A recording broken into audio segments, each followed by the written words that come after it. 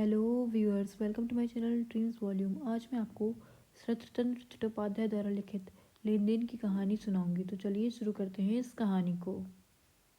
गांव का कोई भी व्यक्ति इस तालाब पर नहाने नहीं आता था, इसलिए वहां किसी से उसकी भेंट नहीं हुई। घर लौटकर उसने देखा कि कपड़ा बदलने की कोई दूसरी धोती नहीं है, देह पहुंचने का अंगूछा तक बाहर नहीं है। यह देखकर रानी की माँ सकुचाने लगी। वह तारादास से चिढ़ती थी। नाराज होकर बोली, बुढ़ा घास फूस तक को ताले में बंद करके गया है। मेरे घर एक टसर की धुली हुई धोती है, उसे ला दूं, उसमें तो कोई दोष नहीं। सोरसी ने कहा, नहीं, रहने दें। गीला कपड़ा शरीर पर सूखेगा तो इससे बीमार हो जाओगी। सोरसी ने कुछ जवाब नहीं दिया। उसके सूखे चेहरे की ओर देखकर नौकरानी संवेदना के साथ बोली, मालूम होता है बहुत दिनों से उपवास कर रही हो माँ जी। मैं जानती हूँ कि बलिष्ठ आदमियों के यहाँ तुम पानी तक नहीं छुओगी। अब मैं कुछ सामान दुकान से या कहो तो अपने घर से लाकर रख जाऊँ ना? सूरसी ने सिर हिलाकर कहा, नहीं रानी की माँ, वह सब रहने दो। यह नौकरानी कायस्थ की लड़की है, उसे कुछ अक्ल थी, इसी से उसने इस बात का व्यर्था जोर नहीं दिया। काम धंधा करके जाते समय उसने पूछा, पंडित जी मंदिर में मिल जाए तो क्या उन्हें एकांत में बुलाकर यहाँ भेज दूँ? सूरसी ने कहा, रहने दो, ज़रूरत नहीं है। नौकरानी बोली, ताला बंद करने की ज़रूरत नहीं है, दरवाज़ा आप अंदर से ही बंद कर लें। अच्छा माँ जी, कोई अगर कुछ पूछे तो?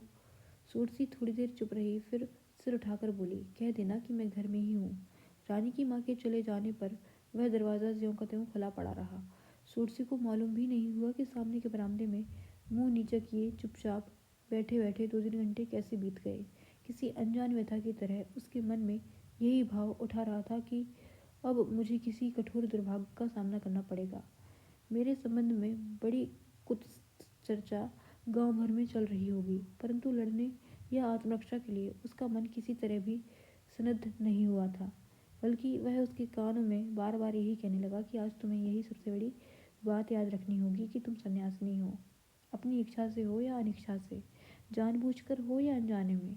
एक रोज तुमने अपने देह को देवता के कार्य में दान कर दिया था। इस सबसे बड़े सत्य को आज तुम्हें किसी हालत में भी इनकार करने से नहीं चलेगा।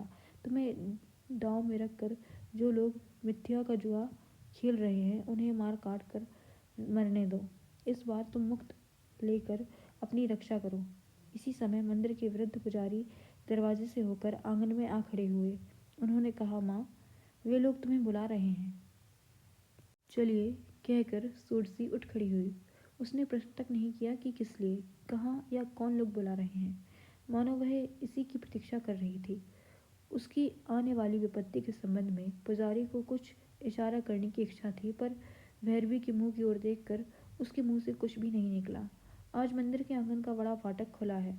घुसते ही उसने देखा कि उस तरफ की दीवार के पास काले रंग के 2 बकरे बंधे हुए हैं। दालान में पूजा के सामान का ढेर लगा है। वहाँ ढलती उम्र की 5-6 स्त्रियां बातचीत के साथ ही कार्य करने में बड़ी तेजी दिखला रही हैं। परंतु सबसे ज्यादा शोरगुल मचा हुआ है आंगन के अंदर।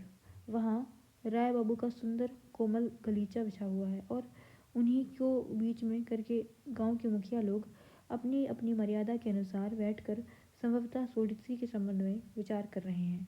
मालूम नहीं अब तक कौन सुन रहा था, परंतु जिसको सुनना है और जिसे सबसे अधिक आवश्यक है, उसके पास आकर खड़े होते ही यह सैकड़ों कंठों की वक्रता एकाएक बंद हो गई। थोड़ी देर तक किसी तरफ से कोई प्रसंग नहीं उठा। सभी आदमी उसके परिचित थे और स्त्रियां जो हाथ का काम छोड़कर एक एक करके खंभों की ओट में आ खड़ी हुई थी, वे भी उसकी अपरिचित नहीं थीं। केवल जो युवती सबसे पीछे मंदिर में धीरे धीरे आकर उसके सामने बाले खंभे के आश्रय में चुपचाप खड़ी हो गई और उसकी ओर एकटक ताकने लगी। उसके अनजान होने पर भी षोडशी को मालूम हुआ कि वह हेमवती है। यह स्त्री अपनी ससुराल में बहुत दिन तक मैके नहीं आ सकी थी, इसलिए यहाँ इसके संबंध में तरह तरह की अफवाहें उड़ रही थीं। वह अखाद्य खाती है, घाघरा और जूता मोजा पहनती है, सड़कों पर पुरुषों के हाथ पकड़कर चलती है, वह एकदम क्रिस्तान मेम बन गई है। ऐसी ही बहुत कुछ अफवाहें थीं। आज सोरसी को उन अफवाहों में से एक भी सच नहीं दिखाई दी। उसकी देह पर एक कीमती बनारसी साड़ी और 2-1 कीमती जेवरों के सिवा जूता मोजा घाघरा कुछ भी नहीं था। बल्कि उसके माथे पर सिंदूर और पैरों में महावर इतना अधिक लगाया गया था कि किसी तरह मालूम नहीं होता था कि यह वेश वह सिर्फ आज के लिए ही बना लाई है। वह सुंदरी है, सही है, परंतु असाधारण नहीं है। रंग बहुत साफ नहीं है, लेकिन बड़े घर की स्त्रियां जैसे घिस मांझ कर देह के रंग को कुछ साफ कर लेती हैं, वैसे ही इसका है, उससे अधिक नहीं। क्षण भर देखने से ही सोरसी को मालूम हो गया कि इस धनी गृहिणी ने जैसे धन के आडंबर से अपनी देह की वसन वस्त्र आभूषण की दुकान नहीं सजाई है, वैसे ही इसने लज्जा या निर्लज्जता किसी की भी ज्यादती से अपने बचपन के इस गांव को विडंबित नहीं कर डाला है। हेमवती चुपचाप उसकी ओर देखने लगी। शायद अंत तक इसी प्रकार चुपचाप रहेगी, पर इसी के सामने अपनी होने वाली दुर्गति की आशंका से लज्जा के मारे सोरसी का सिर झुक गया। 2-3 मिनट और चुपचाप बीत जाने पर वृद्ध सर्वेश्वर शिरोमणि सोरसी के संबंध में अपनी राय प्रकट करके उसी के उद्देश्य से बोले। आज हेमवती अपने पुत्र के कल्याण के लिए जो मनौती की पूजा करा रही है, उसमें तुम्हारा कुछ अधिकार नहीं रहेगा।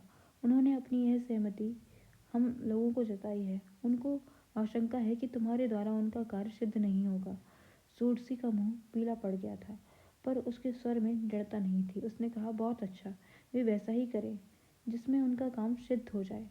उसके कंठ स्वर की स्पष्टता से सर्वेश्वर शिरोमणि अपने गले में भी जोर पाकर बोले, इतना ही नहीं, गांव के मुखियों ने निश्चय कर लिया है कि देवी का काम अब तुमसे नहीं चलेगा। कोई है, जरा तारादास पंडित को बुला दो।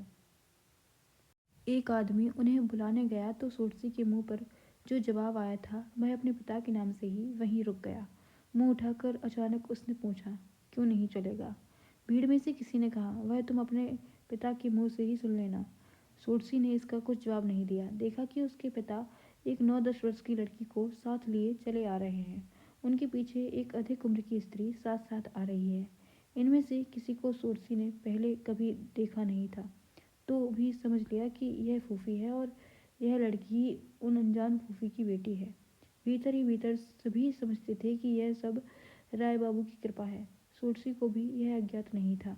मौन बैठे हुए राय बाबू की दृष्टि से उत्साह पाकर भी तारादास पहले कुछ कह नहीं सका। इसके बाद रुकती आवाज में उसने जो कुछ कहा, उसका अधिकांश आशय स्पष्ट नहीं हुआ। इतना ही समझ में आया कि जिले के मजिस्ट्रेट साहब बहुत क्रोधित हुए हैं और उसे भैरवी के पद से हटाए बिना काम नहीं चलेगा। यही सच है। सभा में शोरगुल होने लगा। बहुतों ने राय दी कि इतने बड़े मामले में किसी को कुछ आपत्ति नहीं हो सकती। जो लोग चुप थे, उन्होंने भी इसी को सच मान लिया। आपत्ति क्यों नहीं हो सकती, ऐसा प्रश्न करने का किसी को साहस नहीं था। हुआ भी वैसा ही। कोलाहल बंद होते ही शिरोमणि महाशय इसी फैसले की ओर साफ करके जाहिर करवाना चाहते थे कि इतने में एक मीठे आवाज से सुनाई दिया, बाबूजी। सब लोग मुंह उठाकर देखने लगे। राय बाबू ने भी पहले इधर उधर देखकर अंत में अपनी बेटी का स्वर पहचान लिया और स्नेह के स्वर में आवाज दी, क्या है बेटी? हिम ने जरा मुंह आगे करके पूछा। अच्छा बाबूजी, यह कैसे मालूम हुआ कि साहब नाराज हैं? कन्या की बात सुनकर बड़े बाबू पहले तो रुके, फिर बोले, मालूम क्यों नहीं होगा, अच्छी तरह से मालूम हो गया है बेटी। इतना कहकर वे तारादास की ओर ताकने लगे। हेम ने पिता की दृष्टि का अनुसरण कर कहा, परसों से ही सब सुन रही हूँ बाबूजी। इस पर भी क्या इन्हीं की बात को सच मानना पड़ेगा? राय महाशय को इसका ठीक उत्तर नहीं सूझा। उन्होंने धीरे से कहा, क्यों नहीं? तारादास के सामने की लड़की को दिखाकर हेम बोली, इसे जब ढूंढ कर हाजिर किया गया है, तब क्या झूठ बोलना इतना कठिन काम है? सिवा इसके झूठ सच की जांच भी तो होनी चाहिए। इस तरह एक तरफ की बात सुनकर राय तो नहीं दी जा सकती ना। बात सुनकर सब लोग अचकचा गए, यहाँ तक कि सोरसी भी अचंभे में आकर हेम की ओर देखने लगी। सर्वेश्वर शिरोमणि ने इसका उत्तर दिया। वे हंसकर बोले, बेटी वकील की घरनी है ना, झरह करना शुरू किया है। अच्छा, मैं देता हूँ इसका उत्तर। वे हेम की ओर देखते हुए बोले, यह देवता का मंदिर है, पीठ स्थान है, यह तो मानती हो? हेम ने सिर हिलाकर कहा, मानती हूँ। यदि ऐसा ही है तो क्या तारादास ब्राह्मण होकर इस देव मंदिर में झूठ बोलते हैं पगली? यह कहकर शिरोमणि ठठाकर हंसने लगे। उनकी हंसी की लहर कुछ कम होने पर हेम ने कहा, आप भी तो वैसे ही ब्राह्मण हैं ताऊजी। आपने भी तो इस देव मंदिर में खड़े होकर मिथ्या की वृष्टि कर दी है। मैंने कहा है कि इनसे पूजा कराने से मेरा कार्य सिद्ध नहीं होगा। इसमें भी रत्ती भर भी सच नहीं है। शिरोमणि के होश उड़ गए। राय महाशय भीतर ही भीतर जल बनकर रूखे स्वर में बोले, हेम, किसने तुमसे कहा कि यह सच नहीं है?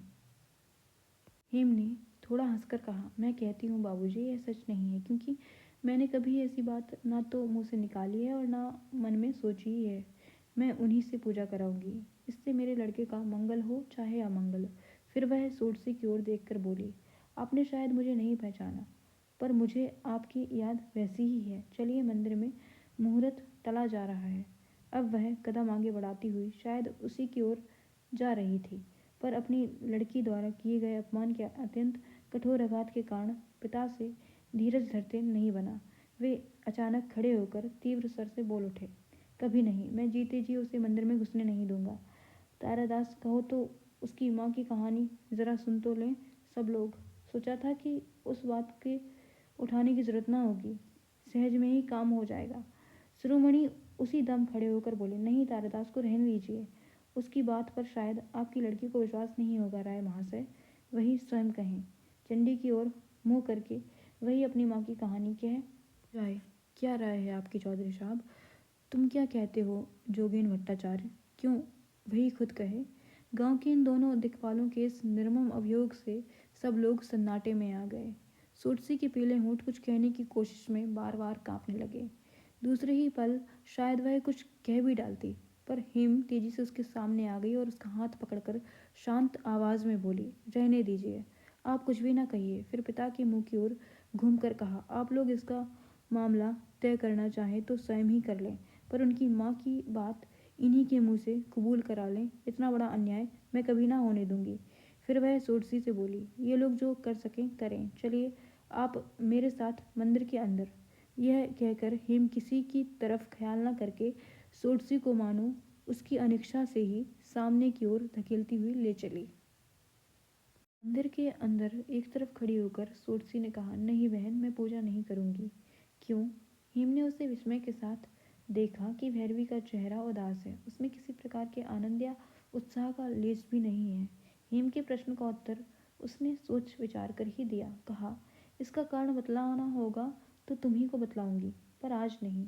इसके सिवा मैं रोज पूजा करती भी नहीं, जो नित्य पूजा करते हैं वही करें। मैं यहाँ खड़ी खड़ी तुम्हारे बेटे को आशीर्वाद देती हूँ, वह दीर्घजीवी होकर निरोग हो और अच्छा आदमी बने। अपनी संतान के प्रति भैरवी के इस हार्दिक आशीर्वाद से भी माँ के मन से असंतोष नहीं हटा। वह मुंह ताकती हुई बड़ी नरमी से बोली, पर आज के दिन की बात ही अलग है। अगर आप अपने हाथ से पूजा नहीं करेंगी तो मुझे उन लोगों के सामने नीचा देखना पड़ेगा।